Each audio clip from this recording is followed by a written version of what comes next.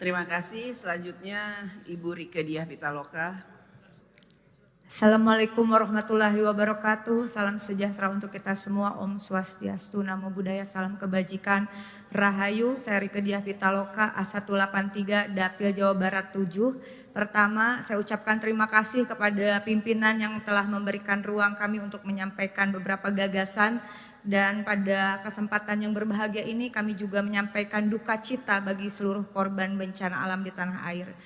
Dalam paripurna ini perkenankan kami menyoroti persoalan rencana kenaikan PPN 12%. Kementerian Keuangan berencana naikkan PPN 12% pada 1 Januari 2025. Argumentasinya karena perintah pasal 7 Undang-Undang Nomor 7 2021 tentang harmonisasi peraturan perpajakan.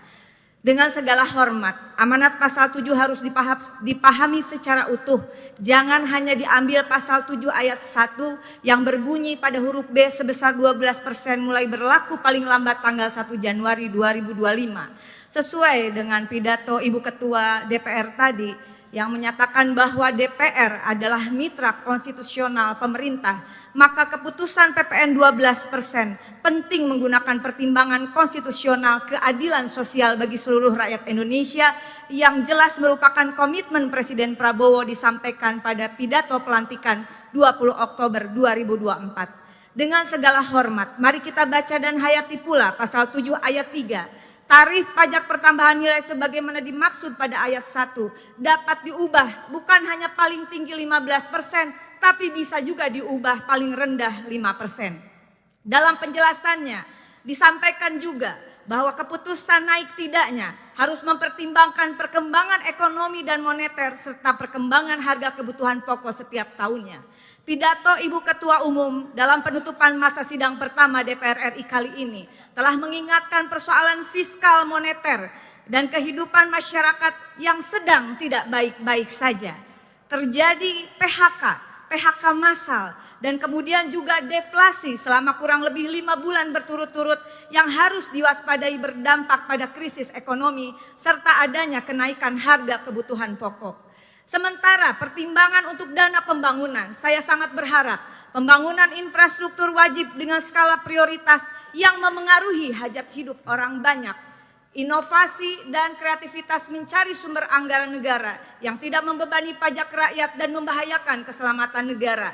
Termasuk tadi juga disampaikan Ibu Ketua DPR, segera menghimpun dan mengkalkulasikan dana-dana kasus-kasus korupsi wajib dikembalikan ke kas negara. Dengan ini, dengan seluruh kerendahan hati, saya merekomendasikan di rapat paripurna ini mendukung Presiden Prabowo. Pertama, menunda atau bahkan membatalkan rencana kenaikan PPN 12% sesuai dengan amanat pasal 7 ayat 3 dan ayat 2 Undang-Undang Nomor 7 tahun 2021. Kedua, ya terima kasih, mohon dukungannya dari semua pimpinan dan anggota dan seluruh rakyat Indonesia.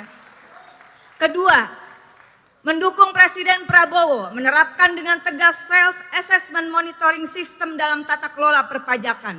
Pajak selain menjadi pendapatan utama negara juga bisa menjadi instrumen pemberantasan korupsi sekaligus strategi dalam melunasi semua utang negara.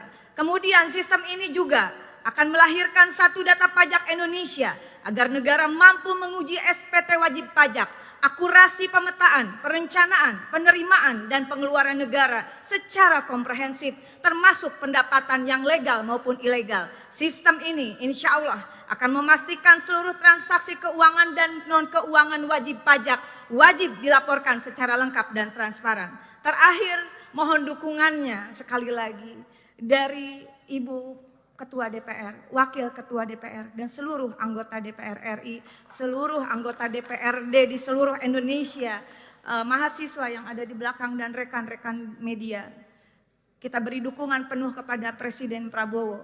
Kita semua dan seluruh rakyat Indonesia, saya yakin menunggu kado tahun baru 2025 dari Presiden Prabowo, batalkan rencana kenaikan PPN 12%. Terima kasih. Wallahul muwaffiq ila aqwamit thoriq. Wassalamualaikum warahmatullahi wabarakatuh. DPR RI tentu saja meyakini bahwa pemerintahan baru akan menjalankan tugasnya dengan sebaik-baiknya untuk kesejahteraan rakyat, dan pastinya insya Allah tahun 2025 akan ada kejutan-kejutan baru dari pemerintahan yang baru. Karenanya mungkin Pak pimpinan akan menanggapi lagi, Pak Dasko.